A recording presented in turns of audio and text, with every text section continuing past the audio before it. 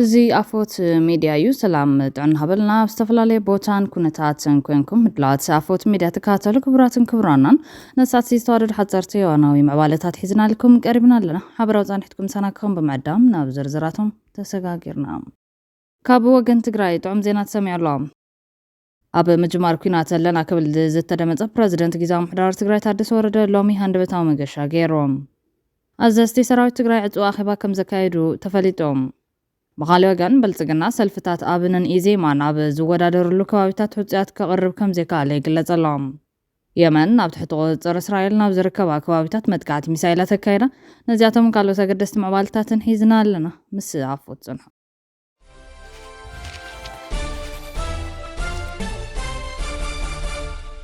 ብቀዳምነት ካብ ትግራይ ተምሃሪት ሰምሃል ጌታቸው ኣብ ኣሜሪካ ዝርከብ ቤት ትምህርቲ ኮሌጅ ዊልያምስ ንምምሃር ዘኽእል ውፅኢት ተመዝጊባ ተምሃሪት ሰምሃል ጌታቸው ኣብ ፍሉይ ካልኣይ ብርኪ ቤት ትምህርቲ ቀላሚኖ ተማሂራ 574 ነጥቢ ብምምፃእ ኣብ ትግራይ ዝለዓለ ውፅኢት ሃገራዊ ፈተና 12 ክፍሊ ዘመዝግበት እያ ሕዚ ድማ ኣብ ኣሜሪካ ዝርከብ ኮሌጅ ዊልያምስ ከም ኣቆፃፅራ ኣውሮፓውያን ካብ 2030 ጀሚራ ትምህርታ ንምጅማር ዘኽእል ብሉፅ ውፅኢት ተመዝጊባ ኮሌጅ ዊልያምስ ንሰምሃል ኣብ ዝለኣኾ ናይ ቅበላ ደብዳቤ ኣብቲ ኮሌጅ ንምምሃራ ካብ ዘመልከቱ ኣስታት 17,000 ቡቕዓት ተምሃሮ ዕድል ረኺቦም ዝሓለፉ 1250 ጥራሕ እዮም ሰምሃል ጌታቸው ካብ ዝብርትዑ ውድድር ሓሊፋ ሓንቲ ካብተን ውሑዳት ዕድለኛታት ክትከውን ከም ዝቓለት ኣብቲ ደብዳቤ ዕላው ገይሮም ቤት ትምህርቲ ቀላሚኖ ንሰምሃል ጌታቸው ናይ እንኳዕ ደስ በለኪ መልእኽቲ ዘመሓላለፈ ኮይኑ እዚ ዓወት እዚ ነቲ ዘራኺ ተወፋይነት ብቕዓትን ጽንዓትን ዘርኢ ኮይኑ ንመላእ ማሕበረሰብና ድማ መርኣያን መነቓቕሕን እዩ ክብል ኣብ ዕላው ፌስቡክ ገጹ ኣስፊሮም ተምሃራይ ዳዊት ገብረ ሊባኖስ ኣብ ኣሜሪካ ዝርከብ ኮሌጅ ካርሊታን ተምሃራይ ነብዩ ኣሰፋ ኣብ ኣሜሪካ ዝርከብ ዩኒቨርሲቲ ብራውን ንምምሃር ዝሓለፉ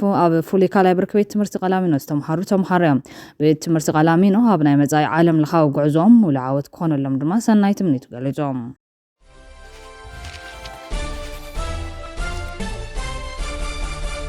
በዚ ህዝቢ ኤርትራ ኣብ ድሕሪት ተሰሪዖም ዓመታዊ ወሰኽ ህዝቢ ኤርትራ ካብተን ኣብ ኣፍሪካ ኣብ ዝተሓተ ደረጃ ዝርከብ 10 ሃገራት ምዃኑ ጸብጸባት ሕቡራት ሃገራት ሓቢሩ ቀንዲ ጠንቂ ትሕት ወሰኽ ህዝቢ ኤርትራ ስደት ገደብ ዘይብሉ ግዱድ ሃገራዊ ኣገልግሎትን ውትድርናን ድኽነትን ምሕያርን ምዃኑ ናይ 2025 ጸብጻብ የመልክት ዓመታዊ ዕቤት በዚ ህዝቢ ኤርትራ ካብ 1.6 ክሳብ 1.8 ሚታዊ ደይቡ ከም ዘይፈልጥን ብግምት ካብ 3.5 ሚልዮን ጠቕላላ በዚ ህዝቢ ኤርትራ ልዕሊ 1 ሚልዮን ኤርትራዊ ኣብ ስደት ይርከብ ኣብ ዝሓለፈ ርብዒ ዘበን ብፍላይ ኣብ ኤርትራ ክምርዖን ክወልድን ዝግብኦ ዕድመ ብቐጻሊ ይስደድ ኣብ ኩናት ይሃልቕ ይስንክል ካብ ስድራ ቤቱን ንቡር ህይወቱን ተመዛቢሉ ስለ ዝነብር ወሰኽ በዚ ህዝቢ ኤርትራ ኣብ ዘሻቐል ደረጃ ይርከብ ኣብ ኣፍሪካ ሞሪሸስ ቱኒዝያ ሲሸልስ ኤስዋታኒ ሞሮኮ ሊቢያ ኤርትራ ኬፕ ቨርደን ኮሞሮስን ዝተሓተ ዕቤት በዚ ዘለዎን ሃገራት እየን በኣንጻሩ ኡጋንዳ ዲሞክራሲያዊት ሪፐብሊክ ኮንጎ ማእኸላይ ኣፍሪካ ሶርያ ሶማልያ ደቡብ ሱዳን ታንዛንያ ኒጀር አንጎላ ቤኒን አይቨሪ ኮስት ኢትዮጵያ ዝኣመሰለ ሃገራት ኣፍሪካ ዓመታዊ ካብ 2.5 ክሳብ 3.3 ሚታዊ በዚ ህዝበን ወሰኽ የርኢ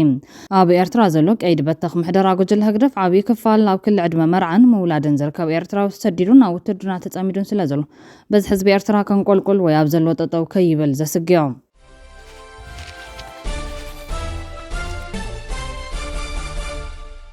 የመን ኣብ ትሕቲ ቁፅጥር እስራኤል ናብ ዝርከብ ከባቢታት መጥቃዕቲ ሚሳይላት ኣካይዳ ካብዚ እናገደደ ዝኸይድ ዘሎ ዘባዊ ግጭት ዕጡቓት ሓይልታት የመን ናብቲ እስራኤል ትቆፃፀሩ ግዛኣታት ተኸታታሊ ፓላስቲክ ሚሳይላት ከም ዝተኮሱ ምግላፆም ሮያ ኒውስ ሓቢሮም እዚ መጥቃዕትታት ነቲ ኣቐዲሙ ብወታደራዊ ሰበስልጣን ሰንዓ ዝቐረበ ኣብ ማእኸላይ ምብራቕ ንዝካየድ ዘሎ ወታደራዊ ስርሒታት ኣሜሪካን እስራኤልን ውሳነ ምላሽ ክወሃቦ ምዃኑ ዝገልጽ መጠንቀቕታ ስዒቡ እዩ ተፈጺሙ ዘሎ እዚ ድማ እቲ ሰፊሕ ግጭት ኣብ መላእቲ ዞባን ዝርከቡ ጎረባብቲ ሃገራትን ስትራቴጂካዊ መስመራትን ጽልው እናገደደ ይኸይድ ከም ዘሎ ዘመልክት እዮም تجازف التدراوي فاينانسام بوليتيكاون دقف إيران كم زلوا زفلات عتق حيل يمن هوتشي كونات إيران كاب جمر نفل ما جزياب على إسرائيل متقعت من فتزام تقولوا لاو كاب زلوا بجزين بوتا كي يقافح كفرحنا أنا كونات تجاري لهم هوتشي أو قلنا إيران بمخان أبتخينات كتنبر نايجزي حتى ترح مخانيو كتن قطعني حام تو شخص قاعد سفترة كونات دما وهاب قالوا تدراو كم فوتي يحيى ساري تمان مشات هاب تلفزيون قريبه ذهبوا مدرة فتزم لهم يحيى أصابتنا بقطع قطعوا تدراو متتاو كم زلوا أنا رجعت بمالدما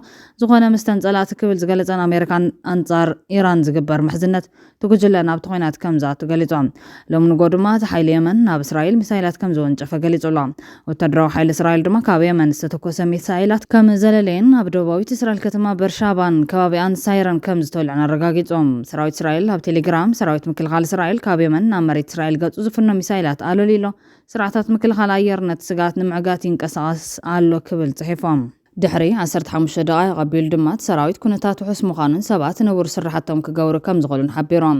ወሃቢ ቃል ብኢራን ዝድገፍ ሁቲ የመን ኣብ ኢራን መጥቃዕትን ተቐፂሉ ኣብ ማእኸል ኣምሮ ናብ ኩናት ከኣትዉ ምዃኖም ድሕሪ ምግላፅ እዮም።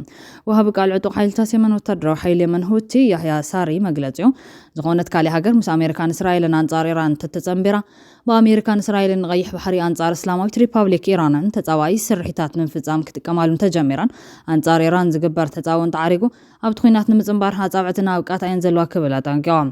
እቲ መግለፂ ጸላእቲ ዝኾነ ኣሜሪካን እስራኤልን ኣብ ልዕሊ እስላማዊት ሪፐብሊክ ኢራን ፊልስጤምን ጋዛን ኢራቅን ሊባኖስን ዝካየድ ዘሎ ቀጻሊ ወራር ግብረ መልሲ ዘምዃኑ ይገልጽ። ሕዚ ምትእታው ሁቲ ኣብ ሓውሲ ደሴት ዓረብ ሓድሽ ግንባር ክህሉ ተኽእሎታት ምስፋሕ ናይቲ ኩናት ክፈጥር ከም ዝኽእል ብምግላጽ ብዙሓት ስጋኣቶም ይገልጽሎም። ተኣዝዩ ዘተሓሳስብ ድማ ኣብ ቀይሕ ባሕሪ ንዝርከባ መራኽብ መጥቃዕቲ ዘስዕብ ስጋኣት ክኸውን ስለ ዝኽእል እዮም። እዚ ድማ ሓይልታት ሁቲ ድሕሪ መጥቃዕቲ 7 ጥቅምቲ ምስ ፍልስጤማዊ ሓይሊ ሓማስ ዘለዎም ሕብረት ንመረጋጋፅን ደገፎም ንምርኣይን ዝገብርዎ ስርሒታት እዮም። ካብ ሕዳር 2023 ጀሚሩ ንኣስታት 70 ንግዳውያን መራኽብ ብሚሳይላት ድሮናትን ኣናእሽቱ ጀላቡ ተጠቒሞምን መጥቃዕቲ ብምክያድ 4 መራኽብ ኣጥሒሎም 5 መርከብ ሒዞም ብውሕዱ 7 ኣባላት መራኽብ ድማ ቀቲሎም።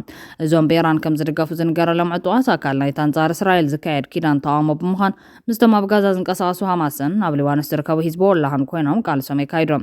እዚ ጉጅለ ምስ እስራኤል ርክብ ኣለዎን ኢሉ ዝኣመነለን መራኸቢ የጥቀ ኣብ 2025 ዶናልድ ትራምፕ ነዞም መጥቃዕትታት ንምክልኻል ምስ ዓባይ ብሪጣንያ ብምትሕብባር ደብዳበ ካይዱ ምንባሩ ይርስዓን። እቲ ንሰሙናት ዝቐጸለ ተልእኾ ሓያል ዕላማታት ወቂዑ ንሓያሎ ላዕለዎት ሰብ ስልጣን ሁቲ ድማ ቀቲሉ እዮም። እንተኾነ ግን ኣብ መወዳእታ ብዘተ ተኽሲ ደምባል ተዛዚሞም።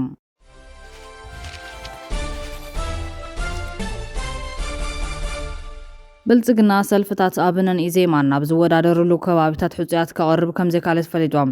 ገዛ ሰልፊ ብልጽግና ኣብቲ ሰልፍታት ኣብን ኣማራ ብሔራዊ ንቅናቄ ከምኡ ድማ ኢዜማ የኢትዮጵያ ዜጎች ለማህበራዊ ፍትህ ዝወዳደርሉ ልዕሊ 80 ዝኸውን መንበራት ወከልቲ ህዝቢ ሕፁያት ከም ዘቕረበ ቢቢሲ ረጋጊጾም። ቢቢሲ ዝተዓዘቦ ዝርዝር ሕፁያት ከም ዘርኦም ኣቦ ወንበር ኣብን ዶክተር በለጠ ሞላ ከምኡ ድማ ኣቦ ወንበር ኢዜማ እዮብ መሳፍንት ሕፁያት ኮይኖም ኣብ ዝቐረብሉ ናይ መረፃ ክልላት ሰልፊ ብልጽግና ሕፁያት የቕርበን ዘሎ። ኣብን ካብ ፈጸምቲ ኣካላቱ 6 መረፃ ካቐርብን ከሎ እዞም ፈጸምቲ ኣካላት ኣባላት ባይቶ ንምዃኑ ኣብ ዝወዳደርሉ ክልላት መረፃ ገዛ ሰልፊ ብልጽግና ኣብቲ ቦታ ሕፁያት የቕረበን። ኣብቲ ጉንበት 2018 ኣቆፃፅራ ግእዝ ክካየድ ተወጢኑ ዘሎ ሻውዓይ ሓፈሻዊ መረፃ 1919 ንፖለቲካዊ ሰልፍታት ዝውክሉን ብውልቆም ዝወዳደሩን ሕፁያት ቀሪቦም ኣለዉ። ብልጽግና 2950 ሕፁያት ብምቕራብ ኣብ ቅድሚት ክስራዕ እንከሎ ኢዜማ ድማ 1256 ሕፁያት ኣመዝጊብሎም። እቲ ካሊእ ተቃዋሚ ሰልፊ ኣብን ኣብዚ ናይ ሎሚ ዓመት መረፃ 70 ሕፁያት ኣቕሪቡ ካብዚኦም ድማ እቶም 16 ንቤት ምክሪ ወከልቲ ህዝቢ ዝወዳደሩ እዮም ክኾኖም። ሃገራዊ ቦርድ መረፃ ኢትዮጵያ ከም ዘመላኽቶ ብሓፈሻ ኣብቲ ጉንበት ዝካየድ ንሓፈሻዊ ቤት ምክሪ ወከልቲ ህዝብን ቤት ምክሪ ክልላትን ቀሪቡ ዘሎ በዝሒ መናብር 3463 እዮም። ገዛ ሰልፊ ብልጽግና 547 መናብር ኣብ ዘለዎ ቤት ምክሪ ወከልቲ ህዝቢ 466 ሕፁያት ጥራሕ እዩ ኣመዝጊቡ ዘሎ። በዚ መሰረት እቲ ገዛ ሰልፊ ብልጽግና ኣብ ዝተረፈ 81 መናብር ቤት ምክሪ ወከልቲ ህዝቢ ከም ዘይወዳደር ዘርዮ። ሰልፊ ብልጽግና ኣብ ክልል ኣምሓራ ካብ ዘይወዳደረሎም መናብር ቤት ምክሪ ወከልቲ ህዝቢ ተቃዋሚ ሰልፊ ኣብን ሕፁያት ወቕሪቡሎም ዘሎ 7 መናብር እዮም። ሓደ ካብቲ ሰልፊ ብልጽግና ሕፁይ ዘየቕረበሉ ናይ መረፃ ክልል ኣቦ ወንበር ሰልፊ ኣብን ዶክተር በለጠ ሞላ ዝወዳደረሉ ራያ ቆቦ እዩ። ዶክተር በለጠ ሞላ ሚኒስተር ቴክኖሎጂን ኢኖቬሽንን ኮይኑ ዝሰርሕ ዘሎ ሓደ ካብ ሚኒስተራት ኣብይ ኣሕመድ እዮም። ሰልፊ ብልጽግና ኣብዚ ክልል መረፃ ንቤት ምክሪ ክልል ዝወዳደሩ ሕፁያት እኳ እንተቕረቡ ንቤት ምክሪ ወከልቲ ህዝቢ ዝወዳደሩ ሕፁያት ግን ኣይቐረበን። ምክትል ኣቦ ወንበር ሰልፊ ኣብን ከምኡ ድማ ሓላፊ ባህሊ ቱሪዝምን ስፖርትን ዝኾነ መልካሙ ጸጋይ ንቤት ምክሪ ወከልቲ ህዝቢ ኣብ ዝወዳደረሉ ክልል መረፃ ጋይንት ሓደ እውን ሰልፊ ብልጽግና ሕፁ የቕረበን። ሰልፊ ብልጽግና ተኻሊእ ሕፁይ ዘይቐረበሉ ክልል መረፃ ድማ ኩታበር እዮም። ኣብ ዝናውጣ ዋና ኣካያዲ ስራሕ ንብረት መንግስቲ ምምሕዳር ኣዲስ ኣበባ ሓላፊ ሕጋዊ ጉዳያት ሰልፊ ኣብን ዝኾነ ኣይቲ ሴፍ ኢብራሂም ክወዳደር እዩ። ኣብቲ ሓላፊ ህዝባዊ ርክባት ከምኡውን ኣብ ፖስታ ኢትዮጵያ ሓላፊ ቀረብን ምስላጥን ዝኾነ ኣይቲ ጋሻው መርሻ ኣብ ዝወዳደረሉ ነቑጣ መረፃ እሴቴ ሓደ ሰልፊ ብልጽግና ሕፁ የቕረበን ዘሎ። ፈጸምቲ ስራሕ ሰልፊ ኣብን ናይ ተዳምጠው ተሰማ ከምኡ ድማ ማሩ ጃኔ ኣብ ዝወዳደርሉ ነቑጣታት እውን ሰልፊ ብልጽግና ሕፁያት የቕረበን። ሰልፊ ብልጽግና ኣብ ኣዲስ ኣበባ ንባይቶ ወከልቲ ህዝቢ ካብ ዘይወዳደረሎም 3 መናብር ኣብቲ ክልተ ኣባላት ኢዜማ እዮም ከም ሕፁያት ቀሪቦም ዘሎ። ካብቲ ን7 ዓመታት ነቲ ሰልፊ ዝመርሓ ፕሮፌሰር ብርሃኑ ነጋ ኣብ ዝሓለፈ ለካቲት ስልጣን መሪሕነት ዝተረከበ እዮብ መሳፍንት ንባይቶ ወከልቲ ህዝቢ ኣብ ዝወዳደረሉ ኣብ አዲስ አበባ ክልል መረፃ 18 እዮም። እዚ ክልል መረፃ እውን ሰልፊ ብልጽግና ሕጹያት ካብ ዘይቀረበሎም ክልላት ሓደ እዮም። ምክትል ኣቦ ወንበር ዜማ ኣይተ ንጋቱ ወልዳይ ኣብ ዝወዳደረሉ ክልል መረፃ 23 እውን ሰልፊ ብልጽግና ሕጹይ የቅረበን። ብተመሳሳሊ ሰልፊ ብልጽግና ኣብ አዲስ አበባ ክልል መረፃ 11 እውን ሕጹይ ኣይረቁሕን ዘሎም።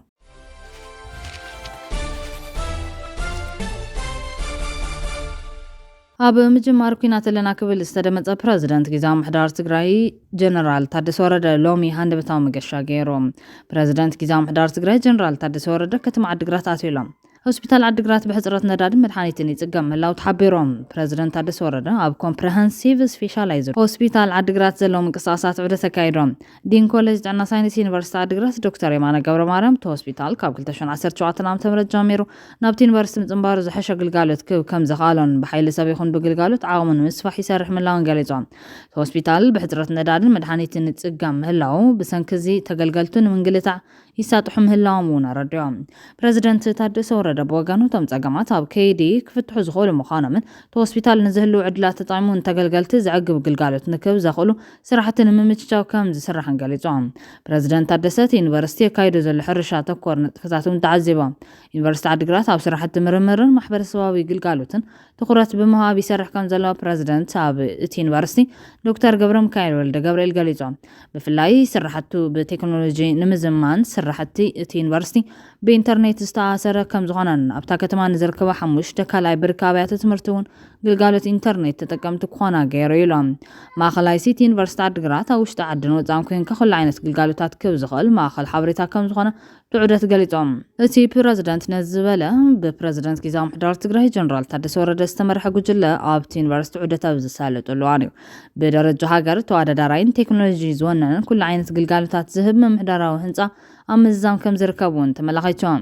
ሆስፒታል ዓዲግራት ድማ ናብቲ ዩኒቨርሲቲ ክጽንበር ብምግባሩ ንሕብረተሰብ ዝሐሸ ግልጋሎት ንምሃብ ዓሊሙ ይሰርሕ ከም ዘሎ እውን ኣረድዮም። ብደረጃ ሃገር እውን ተወዳዳራይ ንምዃን ብርክት ዝበሉ ጸገብ ዝፈትሑ መጽናዕታዊ ጽሑፋት ዘበርከተ ትካል ፍልጠት ክብል ፕረዚደንት እቲ ዩኒቨርሲቲ ዶክተር ገብረ ሚካኤል ወልደ ገብርኤል ገሊጾም።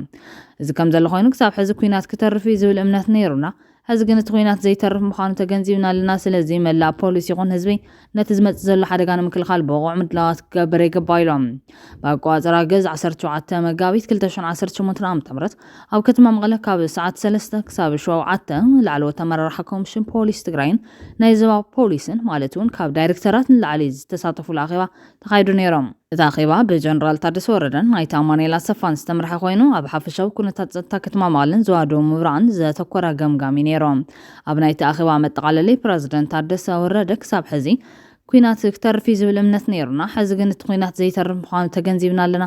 ስለዚ መላእ ፖሊስ ይኹን ህዝቢ ነቲ ዝመጽእ ዘሎ ሓደጋ ንምክልኻል ብቑዕ ምድላው ክገብር ይግባእ ዝብል መምርሒ ኣውሪዱሎም። ኣብቲ ዕፅዋ ኣኼባ ብርክት ዝበሉ ኣዘዚ ሰራዊት ትግራይ ከም ዝተሳተፉ እውን ፍልፍላት ኣመላኺቶም ኣለዎም። ክቡራን ቤተሰብ ኣፎት ሚድያ ነዚ ሰዓት እዚ ዘዋደድናዮም ሓፀርቲ እዋናዊ ምዕባለታት ኣቅሪብና ከም ቤትና ስለተከታተሉና ነመስገን። ላይክ፣ ሼር፣ ሰብስክራይብ ምግባር ቤተሰብ ኣፎት ሚድያ ኾኑ ሰሰናይ ንምናም